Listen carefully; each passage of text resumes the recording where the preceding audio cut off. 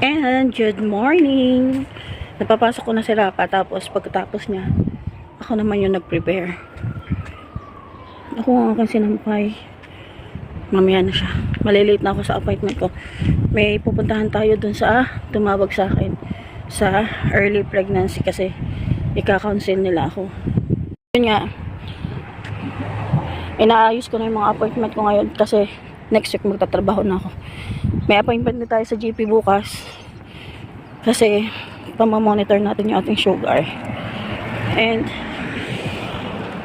wala si Lolo, hindi ko na sinama kasi yun, kasi may work, kaya ko na naman yun. Mamaya na lang ulit pupunta tayo sa hospital. And habang busy-busyhan ng lola nyo, panoorin na muna natin yung All About Rapa Boy. Watch this. Ito na nga, ang school ni Rapa Boy ay meron laging binibigay na report sa amin online, at pag may event ay nagpo-post sila ng mga bulletin. At may napapansin ba kayo? May familiar ba sa inyo? Oh ha, na-capture ang Rapa Boy naglalaro ng chess. Parang marunong kaya.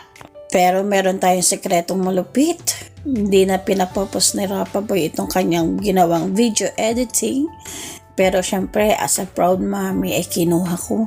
Hindi niya alam, kinuha ko sa kanyang cellphone, and panoorin natin to. Long time ago, 1989 of October, there was a couple who were attacking the village which called the Joe Village. They made a deal with the nature monster, which consider as a villain. The monster appears every leap year, and now it's 2024, and the people must be ready for the monster. They had a baby at 2003. They called him Nico, but unfortunately they died due to their oldness. Nico was left homeless, and he grew up by just himself. Hi, my name is Nico. I am 20 years old. I am the child of the two villain back those days. I am Filipino, but I used to speak in English. Help me to continue my story. What is this? Whoa. KK. Whoa.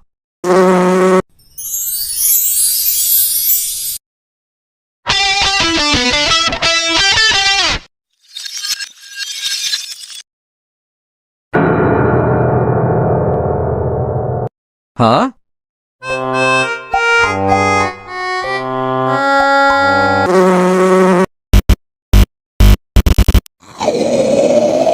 Op scary. Okay, let's start.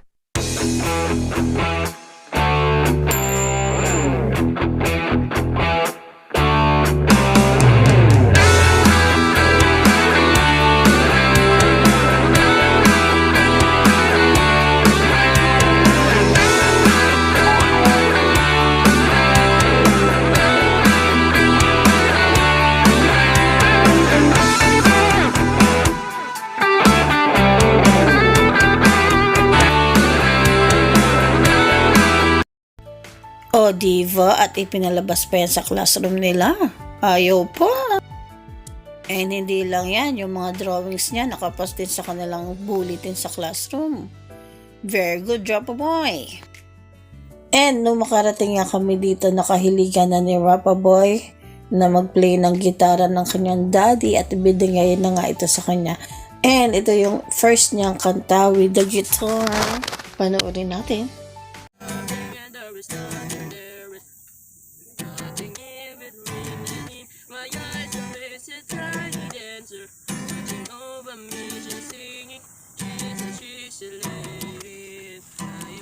A boy, she's the lady, and I just alive without a I am the wake when I'm without you. I need to hear you say, woke up my home until I found you. Crying as a river, something I said to make you feel like you're a burden. Oh, if I could take it all back, I'm crying in the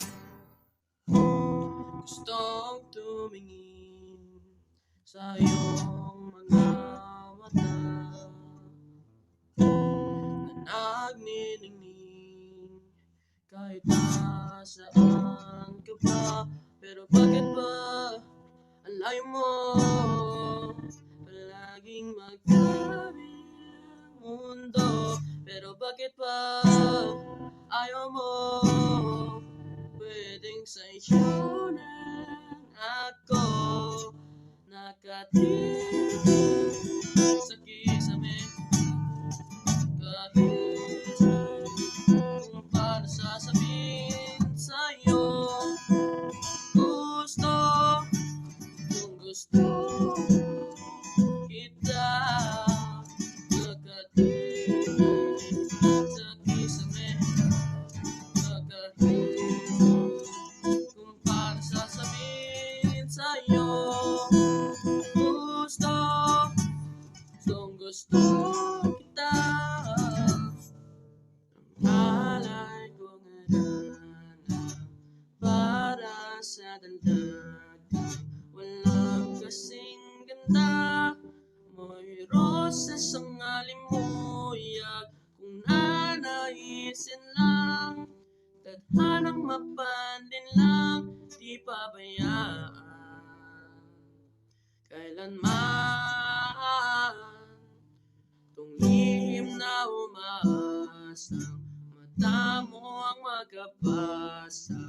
Handang gawin lahat, maging pamilya ililigawan. Ngayon lang nakadama ng wagas na pagkamangha. Hiling ko lang naman tayo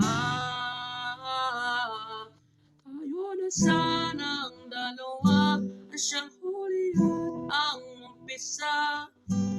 Papatunayan ang una, pag-ibig ay di mawawala. Tingin mo lang ang hiling na mag-iingat ka, o yunod akong sinta.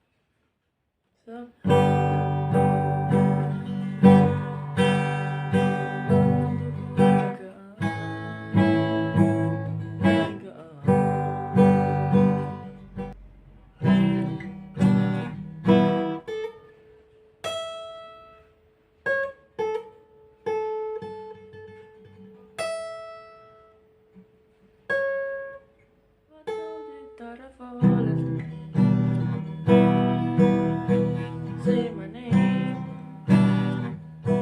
Don't stay awake for too long. Don't go to bed. I'll get you up and going before your head. I'll get you up and going out of bed. Don't stay awake for too long. Make a cup of coffee.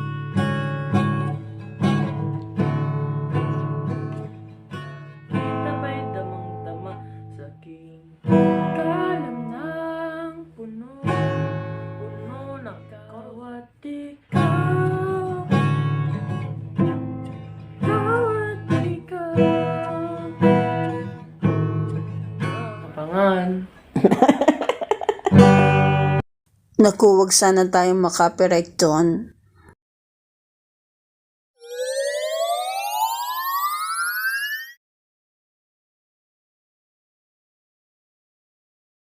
Ringa-ringa turna diwa o kimai.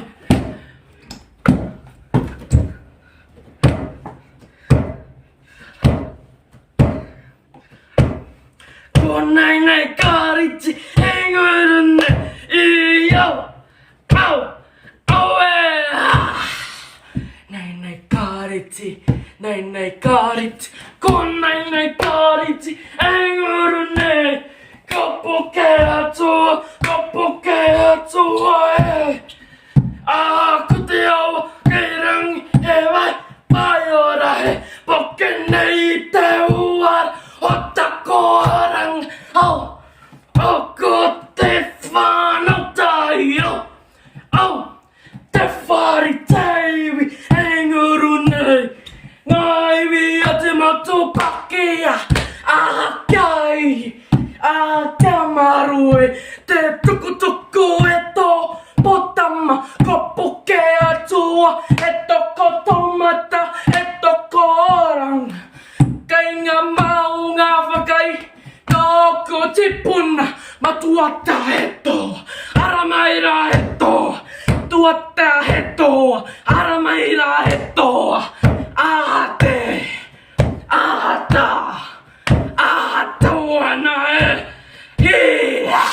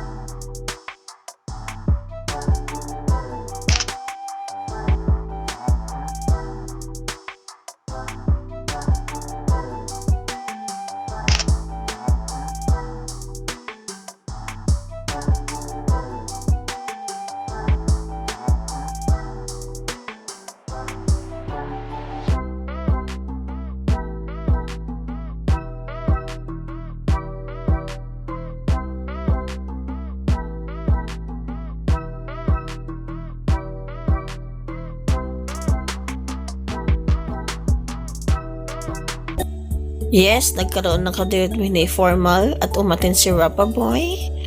And hininga ng message tayo para sa kanya and panoorin ito. Hello, Rappa Boy. Laging mag-aaral na mabuti. Laging mananalangin sa Ama. Yun lang masasabi ko. Be responsible, lalo na nasa kapisanan ka ng binhi. Enjoy life pero with limitations. Always take care and we love you. Hi, Rappa. Message daw ako, sabi ng mami mo, always be good and enjoy being with your parents. Keep doing that make your parents proud.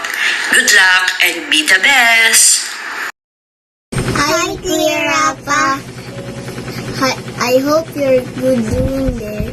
I really miss playing with you. Take care. Bye. Bye. Take care and goodbye. Rappa, my eldest grandson, you must finish your studies in New Zealand to have good life, good future, and remain as an active member of the Church of Christ. Okay? Magsalita na! Ako naman! Hindi mo lang. Ako naman.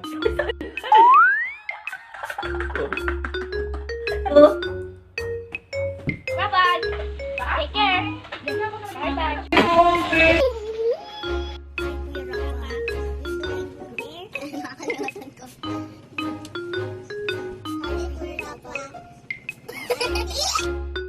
And chef na ang ating Rappa Boy at nung nagkasakit ako, pinag-prepare niya ako ng merienda. Wow!